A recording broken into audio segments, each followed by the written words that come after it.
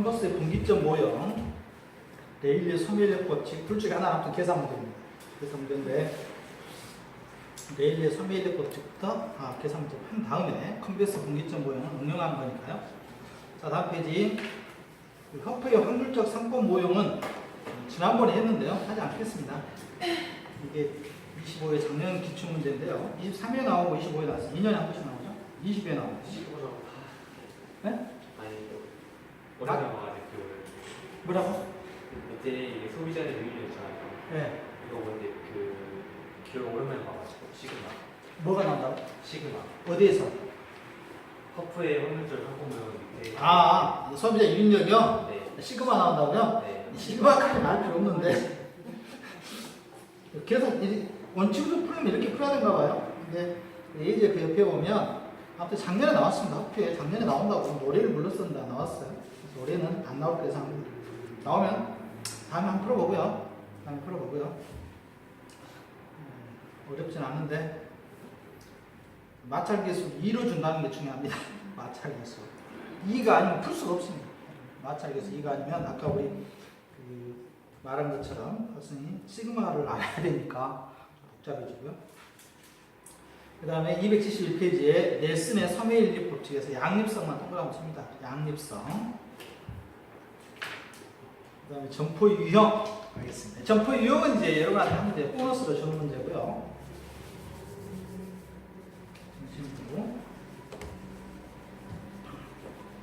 공간 분배의 원리에 따른 점포 유형이 있는데요. 그 해설은 읽지 않겠습니다. 읽지 않고요. 밑에는 그냥 집심성 점포, 집재성 점포, 산재성 점포 이게 어떤 특징이 있는 것만 기억합니다. 집심성 점포는 중심지에 한 중심지에 도시의 중심지에 있어야 유리한 업종입니다.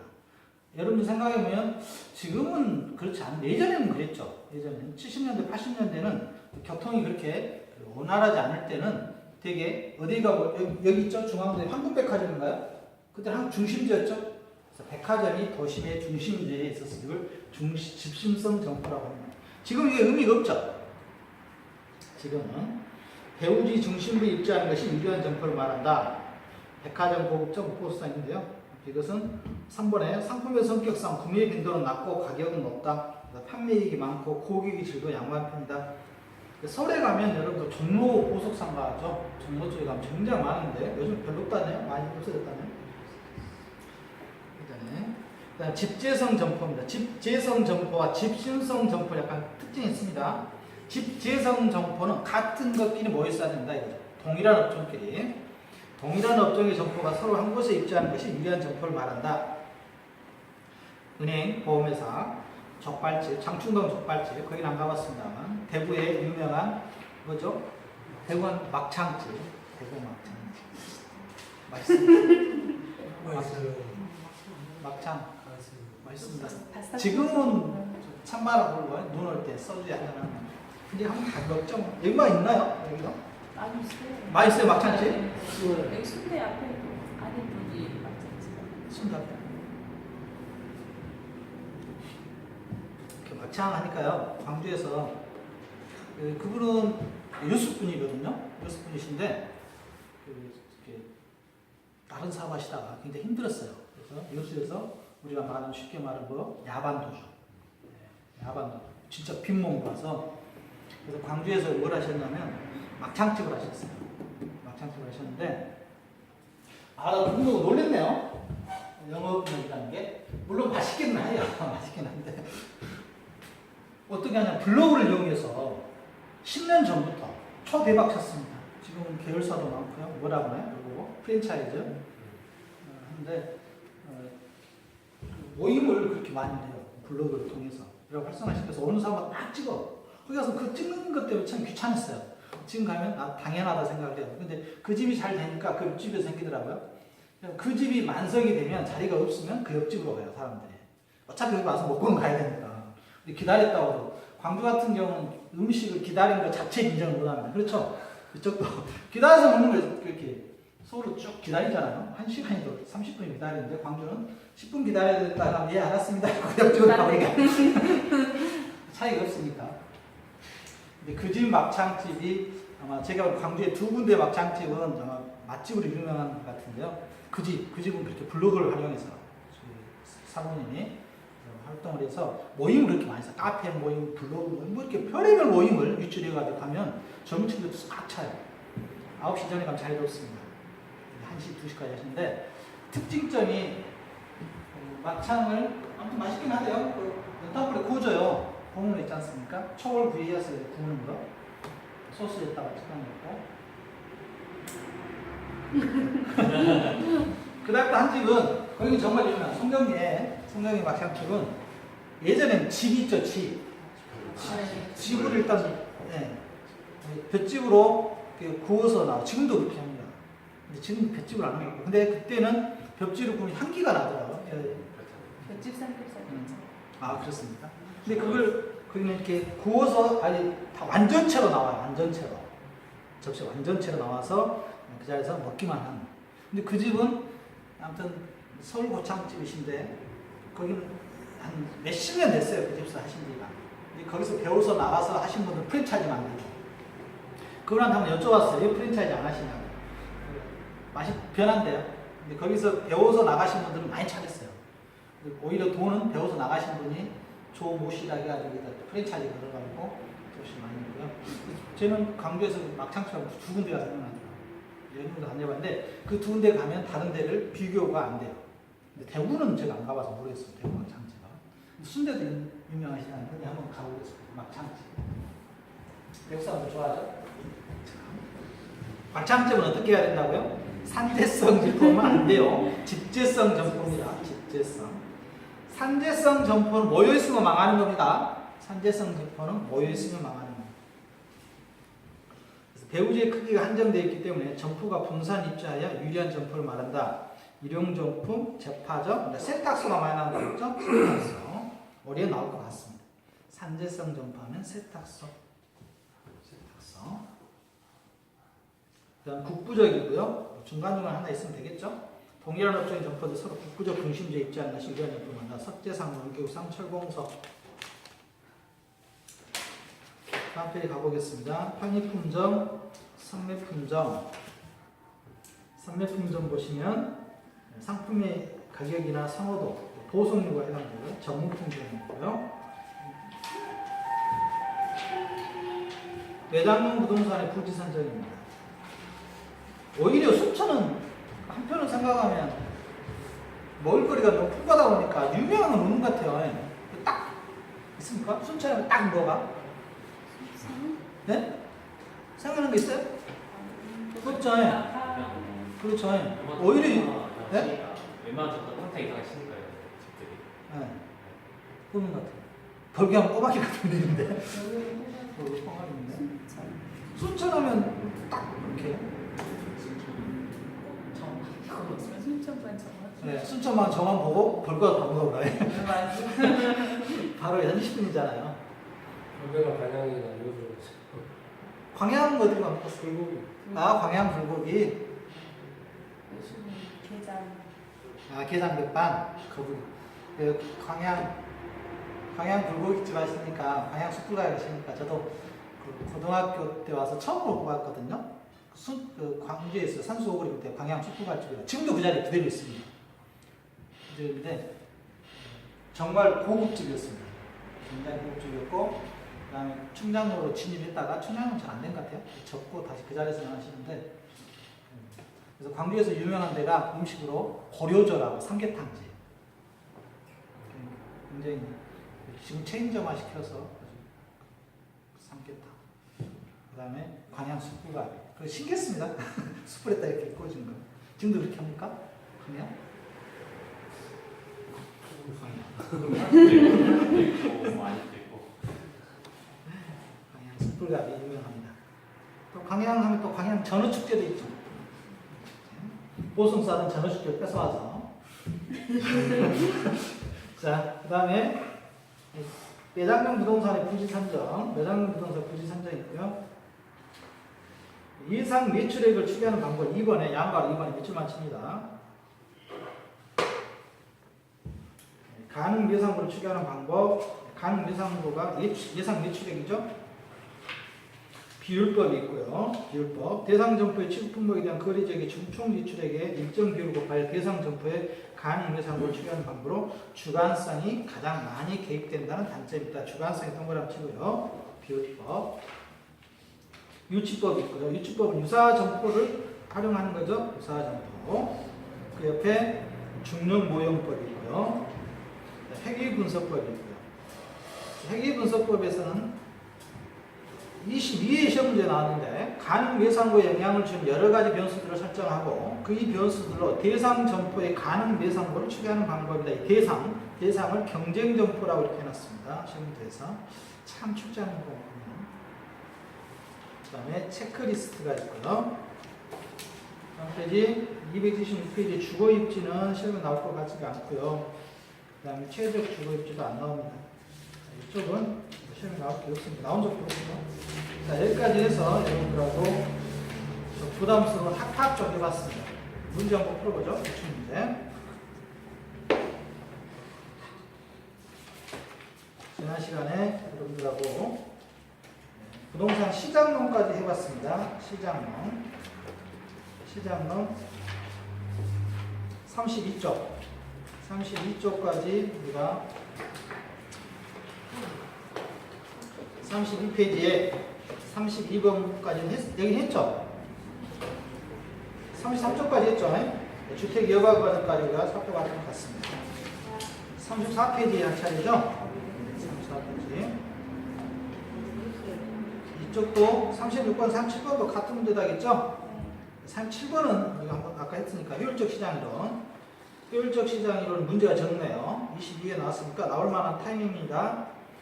37번, 34페이지 37번 효율적 시장 이론에 관한 설명으로 틀린 거 됐습니다. 효율적 시장 본질적으로 제품의 동질성과 상호 간의 대체성이 있는 시장이 효율적 시장이라고요. 중강성 시장입니다. 중강성 시장에서는 기술적 분석으로 초과 이익을 얻을 수 없다겠죠. 그 다음에 강성 효율적 시장. 강성 효율적 시장에서는 누구든지 어떠한 정보로도 초과 이익을 얻을 수 없다겠죠. 초과 이익은 안 되고 뭔 가능합니까? 정상 이윤은 가능하죠. 초과 이윤은 강성 효율적 시장은 과거, 현재, 미래가 다 포함되어 있으니까 어떠한 경우도 안 됩니다. 4번 부동산 시장은 여러 가지 불안전 요소가 많으므로 할당 효율적 시장이 될 수 없다고 했는데 할당 효율적 시장이 될 수 있다겠죠?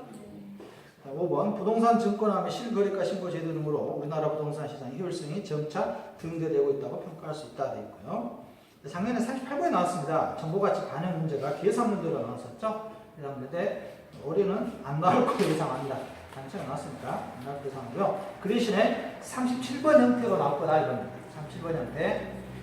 약성 효율적 시장, 중강성 효율적 시장, 강성 효율적 시장의 각각 특징에 대해서 문제가 좀 적어요. 이쪽에. 문제 더 풀어보도록 하겠습니다. 나중에. 그 다음에 36페이지에 부동산 입지 및 공간 구조 이론입니다. 올해는 좀 비중을 두고 이쪽에 공부하시기 바랍니다. 39번 크리스탈러의 중심지 이론에서 사용되는 개념에 대한 정의도 옳은 것을 모두 고른 것은 했습니다. 크리스탈러 중심지란 있죠? 중심지란 개념 주의하지 하겠죠? 지금 개념과 좀 달라요. 중심지 크리스탈러가 말하는 중심지는 중심지에서 생산이 이루어져서 어디로 보내주는 겁니까? 배우지로 보내주는 거죠. 그래서 각종 재화와 서비스 공급 기능이 집중되어 배우지에 재화와 서비스를 공급하는 중심지역이 되겠고요. 도달범위, 중심지 활동이 제공되는 공간적 한계로 중심지로부터 어느 기능에 대한 수요가 1이 되는 지점이 아니라 0이 되는 지점이라겠죠? 니은번 있으면 틀렸네요. 니은번. 이 문제는 쉬웠네.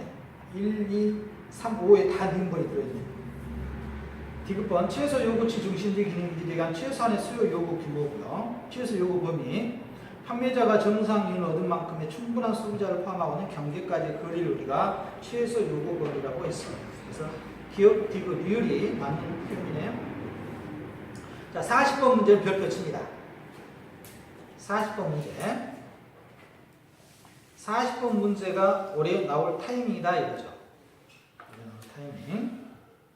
다음 표는 쌀, 우유, 사과 세 가지 제품의 1000제곱평방미터당 연간 산출물의 시장가격, 생산비용, 교통비용을 나타낸 것이다. 상품의 생산지와 소비되는 도시까지 거리가 19km인 지점에서도 이윤을 얻을 수 있는 상품을 했습니다. 이건 여러분들이 풀어봐야 될 것 같습니다. 이건 무슨 이론입니까? 누구의?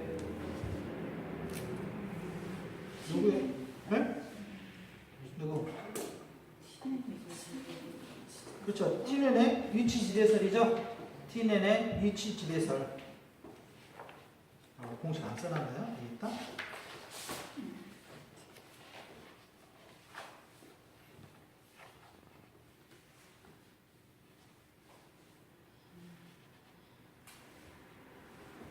자, 여러분, 그 51번 키워드예요. 적죠? 아예. 51번. 51번 키워드에 적어요. 이제 51번 키워드에는 적고, 이렇게 동그라미 쳐놓고 별표 치고요. 그 다음 어디로 가냐면 여러분들 244페이지 가봅니다. 이건 계산 문제 하기로 해요, 올해. 244페이지. 244페이지에 가면 T는 위치 지대설에서 지대는 밑줄 칩니다. 자, 밑줄 치고 씁니다. 자, 써보세요. 지대는 매상고 마이너스 생산비 마이너스 가로 열고 단위 거리당 수성비 곱하기 거리다. 선생님, 예. 해설에 나와 있어요. 공식. 그러니까 해설에 있죠. 해설에 있네. 30페이지 해설에 그럼 그렇게 쓰시던가요? 해설에 있답니다. 해설에 있네. 해설에 있는 것을 씁니다. 어디다 쓴다고요? 51번 수성비 거리에 비례한다 했다가 근데 수성비는 어떻게 구한다고요? 단위 거리당 수성비 곱하기 거리. 그게 중요하다 이거죠 지금.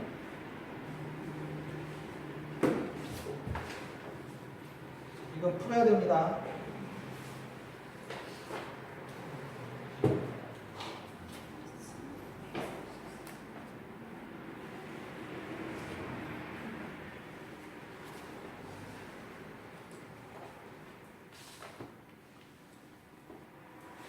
계산문제 제가 10개 뽑았거든요. 10개. 이렇게.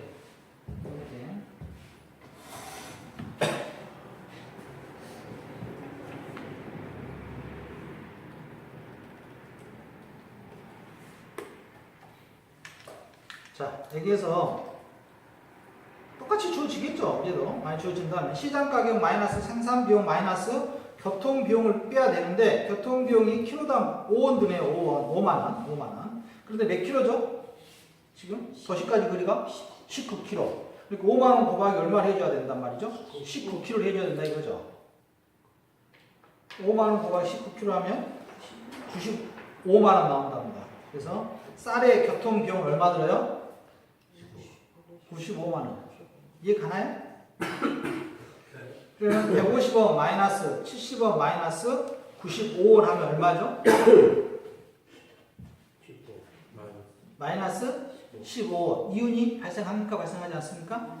발생하지 않네요. 이윤이 발생하지 않죠? 그래서 쌀에 대해서는 이윤이 발생하지 않습니다. 쌀이 들어가 있으면 틀렸네요. 뭐요? 문제가. 그럼 40번에 더하면 몇 번입니까? 2번이죠. 문제를 이렇게 만들었냐? 쌀. 진짜로. 아, 참나. 쌀만 딱 풀고 나왔겠다. 네? 다시 한번. 문제 자체를 만드는 거 하고는. 자, 150원 마이너스 생산비용 70원 마이너스 교통비용을 해줬는데 19km니까 5 곱하기 19km에서 빼줘야 된다 이거죠. 1km마다 5만 원 들어가니까. 그러면은 이게 95만 원이니까 150만 원 마이너스 70만 원 마이너스 95만 원. 마이너스 15만 원이니까 쌀은 생산하지 않는다 이거죠. 그럼 쌀 들어갔으니까 2번이 답입니다. 우유하고 사과. 같은 계산을 해보면 시장가격 200만 원 마이너스 생산비용 100만 원 마이너스 4 곱하기 19kg 해야 되겠죠? 4 곱하기 19kg. 아, 20kg 이거 좀 얼마 좋아해. 그럼 76 나오네요. 76. 그럼 플러스 24가 되네요. 그럼 생산하면 되겠네요. 이윤이 발생하니까. 사과입니다. 사과 시장가격 250원 마이너스 생산비용 마이너스 130원 마이너스 교통비용 해야 되는데 교통비용 6 곱하기 19kg. 그러면 얼마죠? 114래요. 114. 그럼 얼마가 나와요? 플러스 6. 그래서 우유하고 사과는 생산하면 되겠네. 이윤이 발생하니까. 쌀은 생산하면 안 되겠습니다. 이런 계산 문제는 하나 우리가 하면 되겠습니다. 이건 해야 될 것 같습니다. 올해 이렇게 줘주면 좋겠다. 그 다음 41번입니다. 알론소 입찰 지대설입니다. 알론소의 입찰 지대 이론에 관한 설명을 틀린 것은 했습니다. 알론소는 튜년의 고립극 이론을 도시 공간에 적용하여 확장시킨 것이고요. 운송비는 도심지로부터 멀어질수록 증가하고 재화의 균형 평균 생산 비용은 동일하다는 가정을 전제로 하고 있고요. 3번 지대는 기업주의 정상 이용과 투입 생산비를 지불하고 남은 잉여에 해당하며 토지 이용자에게는 최소 지불 용의액이라고 할 수 있다. 토지 이용자에게는 최소가 되겠습니까? 최대 지불 금액입니까? 최대. 그렇죠. 최대죠. 여러분들이. 이거 입찰한다는 거 오늘 지금 국회 통과가 됐어요.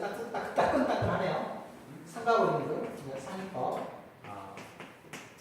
근데 이거 때문에 여러분들이 좋아졌어요. 제가 보기에. 상가. 여기 상가에 대한 뭐 경매가 이제 인기랍니다. 찍어봐도 될 것 같아요.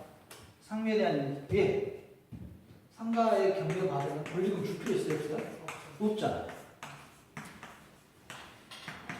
그래서 이제 이쪽에서 이제 대박될 것 같아요. 경매 받으시는 분들. 권리금 제로에서 시작하니까 여러분들이 권리금을 적당히 받으시면 되겠죠.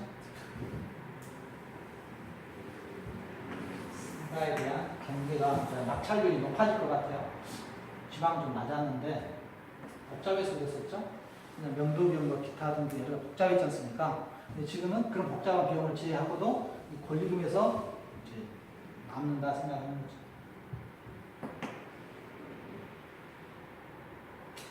분석도 빨라요. 상위급 딱 발표 나자마자 부동산 시장 쪽에서는 상가에 대한 경매가 인기가 많을 것이다. 바로 나오는데 이유가 권리금을 안 줘도 되니까. 세입자들은 작살 났습니다. 제가 보면 상가에서 선순위로 받은 사람 없겠죠. 전부 저당 잡혔을 텐데 상가 주인이 경매 처리 당해버리면 권리금은 못 받고 나온다고 봐야죠. 상가 선택할 때 정말 주의해야 될 것 같네요. 여러분들한테는 좋아졌지만 세입자들한테는 나빠졌어요. 처음 들어가시는 분들한테는 망해버리면 주인이 망하면 상가 권리금 참 어떻게 측정해야 되나? 나중에 측정 잘 해보죠. 자, 그 다음에 37번 지대론입니다. 지대론 리카도입니다. 이 문제 풀면 다 풀어내겠네요. 리카도는 비옥도의 차이, 비옥안, 토지량의 제한, 수학 체감의 법칙 등을 우리가 지대의 발생 원인으로 갖다 놨네요. 위치 지대설입니다. 튕의 위치 지대설에 따르면 다른 조건이 동일할 경우 지대는 중심지에서 거리가 멀어질수록 하락하고요. 다음 페이지 보면 절대 지대설에 따르면 토지의 소유 자체가 지대의 발생 요인이죠. 마르크스의 절대 지대설. 4번 입찰 지대설에 따르면 알론스 입찰 지대설에 따르면 토지 이용은 최고의 지대 지불 의사가 있는 용도에 할당된다. 최고 최대. 방금 이 문제는 41번하고 같네요. 23회 문제와 24회 문제는 정답이 3번, 4번에서 서로 다 같은 표현을 이렇게 바꿔놨네요. 두 번 연속 나왔다고 보시면 되겠네요. 5번 차익지대설에 따르면 지대는 경제적 잉여가 아니고 생산비다. 차익지대설에 따르면 지대는 경제적 잉여 불로소득이라겠죠? 불로소득이다. 그래서 아니고 했으니까 틀렸네. 그 다음에 43번입니다. 준지대설입니다. 준지대설 한 번 나왔었습니다. 이 문제 나왔을 때는 어려웠습니다.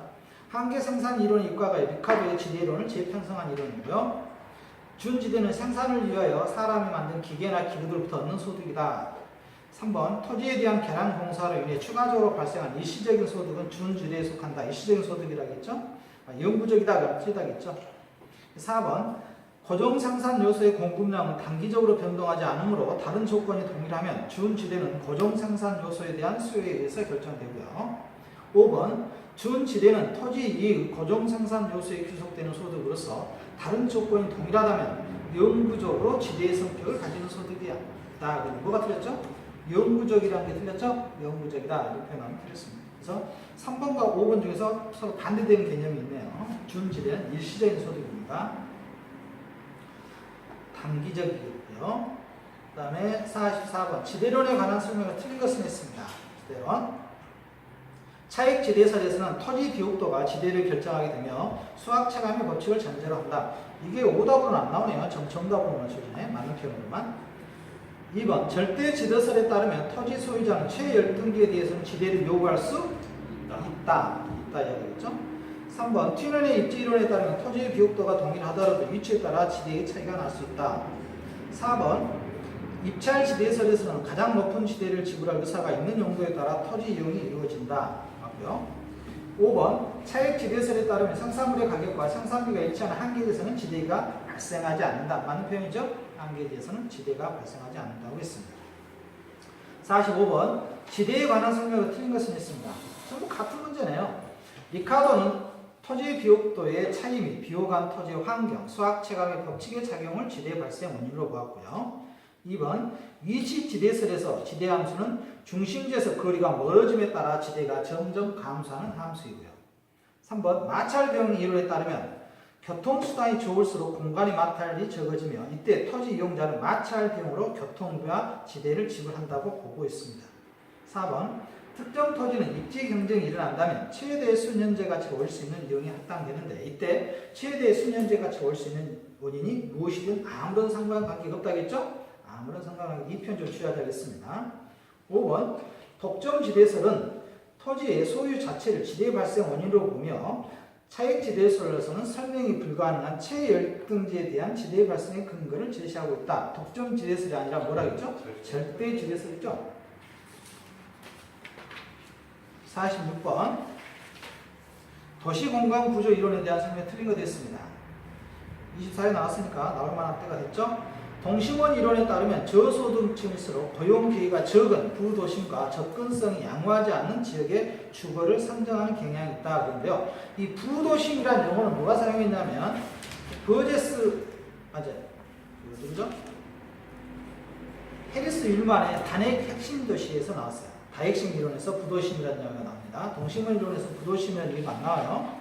문제가 조금 꼬아놨어요. 다시 한번 동심원 이론은 단핵 도시를 가정하기 때문에 부도심이라는 공간이 안 나옵니다. 동심원 이론 하나의 핵이 있다 이거죠. 그래서 부도심이라는 게 있고요. 해리스 율만에서 다핵 도심에서는 우리가 뭐가 있습니까? 부도심이라는 용어가 나오죠. 좀 틀렸고요.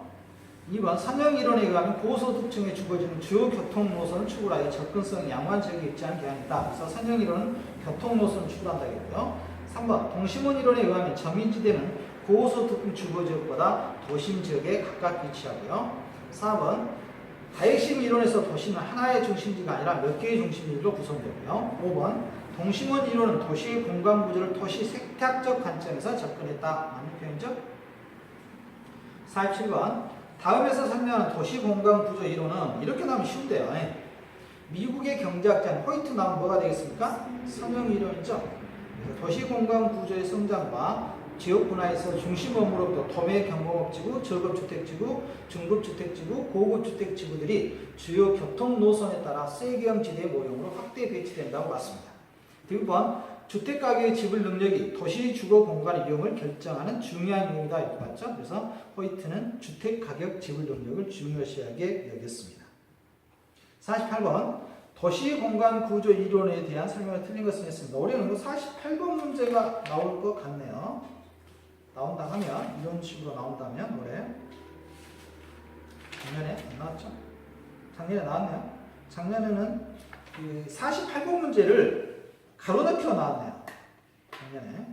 그래서 48번 문제를 알면 다 맞을 것 같아요. 자, 48번 도시공간구조 이론에 관한 설명을 틀린 것은 있습니다. 호이트의 선형 이론에 따르면 주택 지불 능력이 낮을수록 일단 낮다는 표현 나올 때 의심해 봐야죠. 높다 낮다. 고용 기회가 많은 도심 지역과 접근성 양호한 지역의 주거 입지를 선정하는 경향이 있다. 주택 지불 능력이 높아야지 고용 기회가 높은 도심 지역하고 접근성 양호한 지역의 주거 입지를 선정하죠. 그래서 낮다는 표현이 틀렸고요. 2번 헤이그의 마찰 비용 이론은 중심지로부터 멀어질수록 수송비는 증가하고 지대는 감소한다고 보고 교통비의 중요성은 감소했고요. 사람이 틀리기는 안 나옵니다. 지금까지 사람이 틀리기는 안 나왔습니다. 한 번도 시험에서 학자가 틀리기는 안 나왔다고 보시면 되겠습니다. 학자 이론을 틀리게 나오지. 3번 버제스의 동심원 이론은 거주지 분화 현상의 경우를 통하여 도시 팽창이 도시 내부 구조에 미치는 영향을 설명했고요. 도시 동심원 이론은 단핵 도시를 의미하고 있죠. 핵심이 하나 있다는 거. 4번 해리스와 율만의 다핵심 이론에 의하면 도시는 하나의 중심이 아니라 여러 개의 전문화된 중심으로 이루어진다. 그래서 부도심 이론을 설명하고 있고요. 5번 다핵심 이론에서는 지대를 지불하는 능력의 차이와 유사한 활동이 집중되는 성향을 도시의 다익화 요인으로 설명하고 있다. 그래서 48번 문제를 맞으면 학판 거의 맞겠네요. 49번 도시 공간 구조 및 입지에 관한 설명이 옳은 것은 있습니다. 맞는 걸 찾네요. 여기서는 동시문설에 의하면 중심지와 가까울수록 범죄, 빈곤 및 질병이 적어지니까 많아지겠죠? 도심지에서. 2번 선형이론에 의하면 주택 주입 능력이 높은 고소득층에 주어지는 주요 간선도로 인근에 입지하는 경향이 있다. 맞네요. 네. 또 어디에 입지하지 사람들이? 고용기회가 많은 도심지에 또 위치하죠.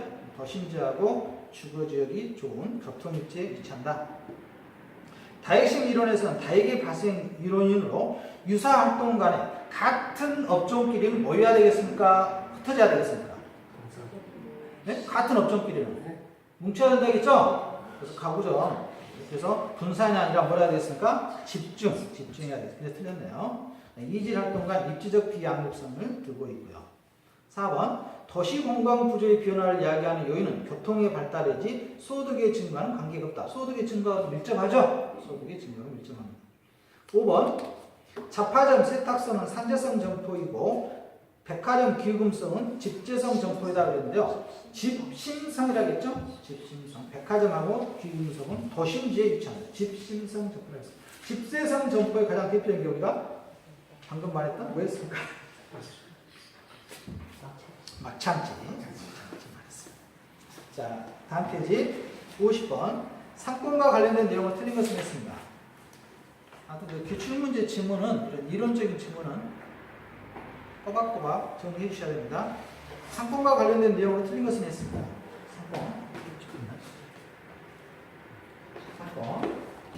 상권은 점포의 매출이 발생한 구역을 정의하는 공간 개념으로 상품이나 서비스의 종류에 따라 종류가 다르다 이렇게 되어 있고요. 2번 일반적으로 상품이나 서비스의 구입 빈도가 낮을수록 상권의 규모는 큽니까 작습니까? 크다겠죠? 크다. 나중에 우리 교재뿐만 아니라 다른 데도 마찬가지인데요. 또 문제 푸는 요령 중에 하나가 50번 같이 지문이 비슷비슷하고 하나가 작죠? 그럼 되게 작은 게 답이든가 기대요. 지문이 짧을수록 의심해 봐야 됩니다.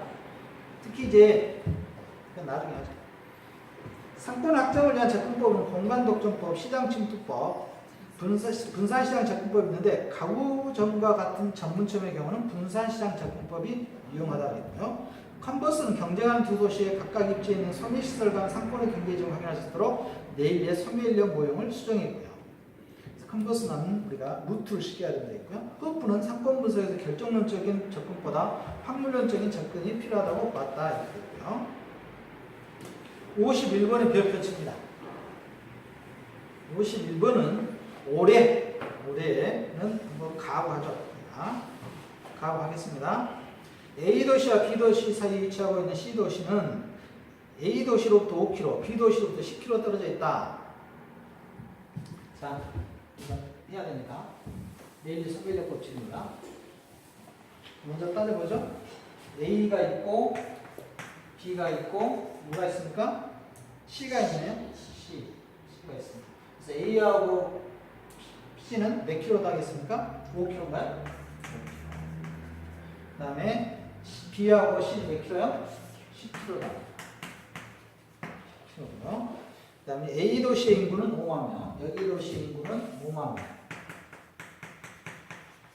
그 다음에 C도시의 인구는 3만 명.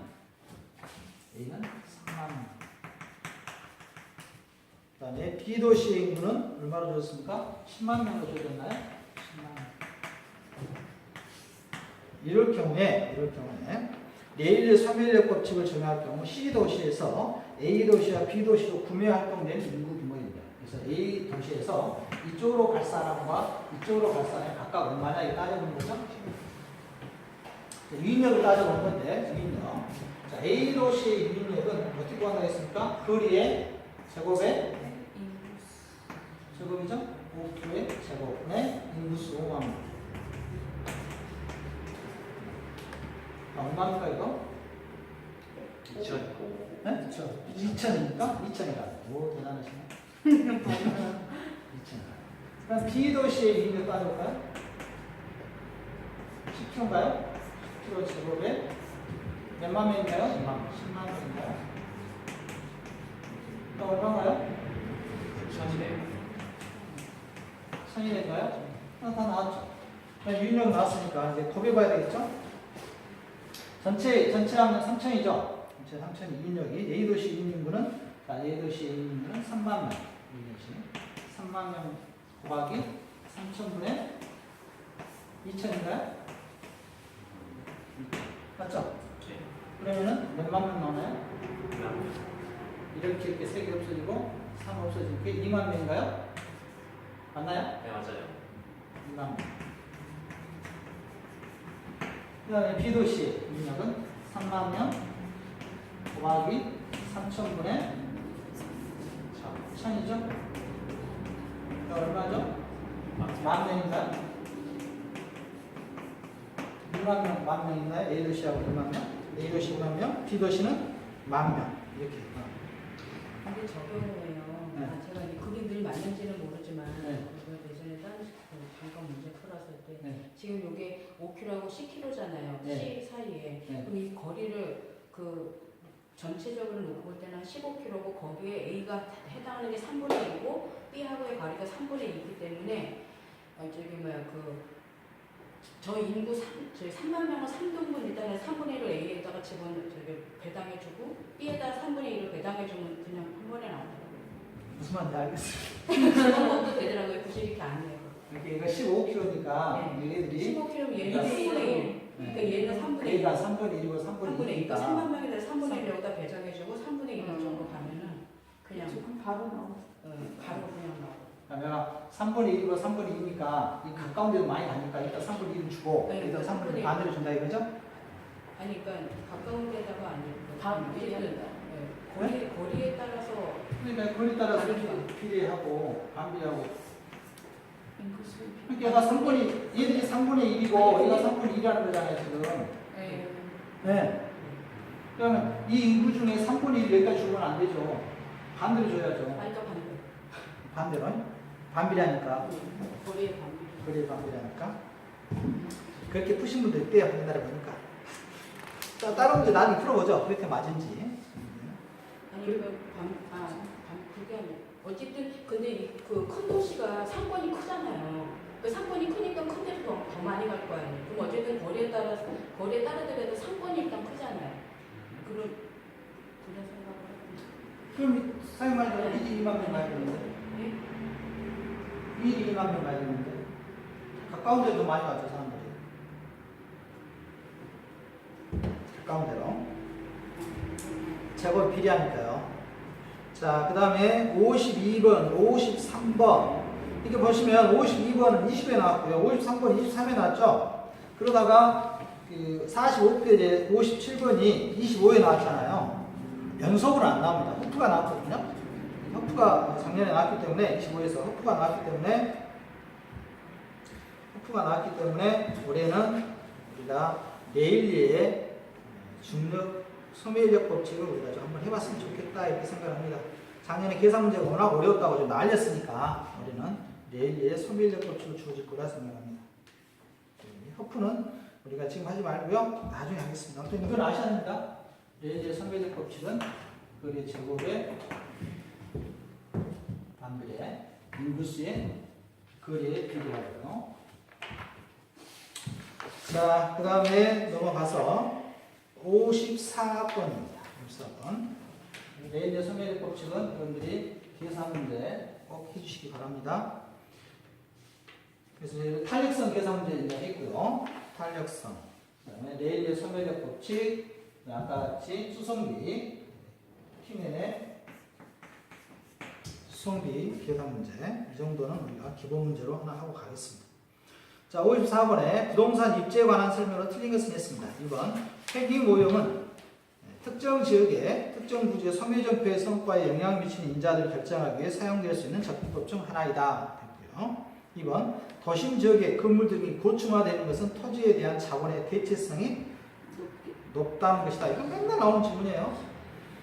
도심 지역의 건물이 고층화되는 것은 자본의 대체성이 높죠? 자본의 대체성이 높으니까 지각적으로 이용해 주는 거죠. 3번. 레일리의 소멸력 법칙에 따르면 2개 이상의 상거리 흡력, 두 도시의 인구에 비례하고 두 도시의 분기점부터 거리에 반비례한다. 그래서 거리에는 거리에 거리에는 반비례하고 그다음에 인구에는 비례한다 이렇게 돼 있죠. 허프의 상품성 모형에 따르면 소비자가 특정 점포를 이용할 확률은 경쟁 점포의 수, 점포와의 거리, 점포의 면적에 의해서 결정되고요. 5번 배부의 최소 비용 이론은 다른 생산 조건이 동일하다면 수송되는 원료와 제품의 무게, 원료와 제품의 수송되는 거리에 의해서 결정된다고 보고 있습니다. 55번 부동산 입지에 관한 설명이 틀린 것은 했습니다. 지금 문제를 고친 건 아니에요. 똑같잖아요 지금 지문은. 자, 1번 부동산의 입지 차이로 인해 상품의 동일성을 확보하기가 어렵고요. 2번 어떤 토지의 입지 조건이 마음에 들지 않는다고 해서 소유자가 입지 조건을 보다 유리하게 변화시키기도 어렵습니다. 입지 조건은 도시공간 구조, 생산자원의 지역 간 이동, 토지 이용 변화 등을 설명하는 데 자주 활용되고 있습니다. 4번 자파점, 세탁소 등과 같은 업종은 가구점, 동상 등과 같이 같은 업종에 비해서 한 곳에 모여있는 경향이 있습니까? 아니요. 흩어져 있는 경향이 있죠? 5번 부동산 입지 산정은 주변 이용 상황에 따라 결정되는 경제적 위치와 부지 자체의 물리적 위치를 고려하여 결정해야 되겠습니다. 56번 베이버의 공업 입지 이론에 대한 설명을 틀린 것을 했습니다. 24일에 한 번 나왔었거든요. 실질 빈도가 하가 됐는데 한 번 더 나온다면 이제 또 중으로 올라가겠죠. 한 번 나왔었어요. 한 번 전까지. 생산자는 합리적 경제이라 가정했고요. 최소 비용으로 제품을 생산할 수 있는 것을 기업의 최적 입지로 본다 했고요. 3번 기업의 입지 요인으로 수송비 인건비 직접 이익을 제시했습니다. 4번 기업은 수송비 인건비 직접 이익의 순으로 최소가 되는 지점 입지하는 게 아니라 수송비는 최소가 되는 지점 입지하고 인건비하고 직접 이익은 최대가 되는 지역에 입지해야 될 이익이 나겠죠? 그다음에 5번 등비용서는 최소 수송비 인건비도 최소가 되고. 예? 인건비를 최소. 자, 인건비도 최소가 돼야 되겠죠? 네, 인건비까지 수송비하고 인건비는 최소가 되는 지점에 직접 이익은 최대가 되는 지점에 입지해야 되겠습니다. 잘못 써놨나요? 등 비용서는 최소 수송비 지점부터 기업 입지를 바꿀 경우 이에 따른 추가적인 수송비의 부담액이 동일한 지점을 여기라는 것을 의미하고요. 그래서 24에서는 시험의 특징이 우리 개로 24에서는 학파 문제가 6문제가 8문제가 출제가 돼서 아주 수험생들을 당황시켰습니다. 그 다음에 25에서는 계산 문제를 11문제 나와서 내부시켰고요. 그 다음에 26에서는 어떻게 될지는 알 수가 없지만 조정을 하겠죠. 조정을 하겠다면 아마 올해는 금융론 쪽에서 여러분들하고 금융론 쪽에서 정책론하고 금융론 쪽이 이렇게 많이 나오는데 어떻게 되냐 조심스럽게 예상합니다. 뜬금포를 줘가지고 계산 문제는 원래 무조건 일곱 문제입니다. 일곱 문제 이상 안 넘어갈 거고요. 학파 문제가 조금 더 나온다면 4문제, 5문제가 작년 몇 문제 안 나왔죠. 그 다음에 57번도 허프의 계산 문제 작년에 나왔습니다. 작년에 이게 충분히 예상됐던 문제였고요. 다음 페이지 가보겠습니다. 58번 다음에 가로에 들어갈 이론 및 법칙을 연결한 것은 두 개의 상거리 흡인력은 두 도시 인구에 비례하고 두 도시의 분기점부터 거리 제곱에 반비례한다고 주장했던 학파가 뭡니까? 소매 인력 법칙이죠. 흡인력 나오니까 소매인력 법칙이고요. 도시 내부 기능 지역이 침입 경쟁 찬이 과정을 거쳐 중심 업무지구 정유지대 주거지구로 분화한다는 것이 누굽니까? 동심원이죠. 동심원. 도시 공간 구조 교통망이네요. 교통망 나오니까 누구였습니까? 선형 이론 되겠죠. 그 다음에 도시 공간 구조는 하나의 중심은 여러 개네요. 여러 개니까 다핵심이겠죠. 다핵심. 그래서 5번이겠네요. 소멸력 법칙, 동심원, 호이트 선형 이론, 헬스 일만의 다핵심 이론을 이렇게 가로넣기 문제로 작년에 출제가 됐던 문제입니다. 또 나오겠죠, 이 문제는. 그 다음에 정책론 살펴보겠습니다. 우리는 정책론과 근본론 쪽에서 여러분들이 좀 주의하셔야 될 것 같습니다.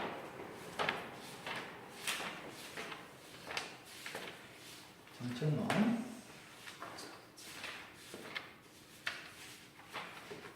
자, 여러분들 교재로는 302쪽입니다. 정책론.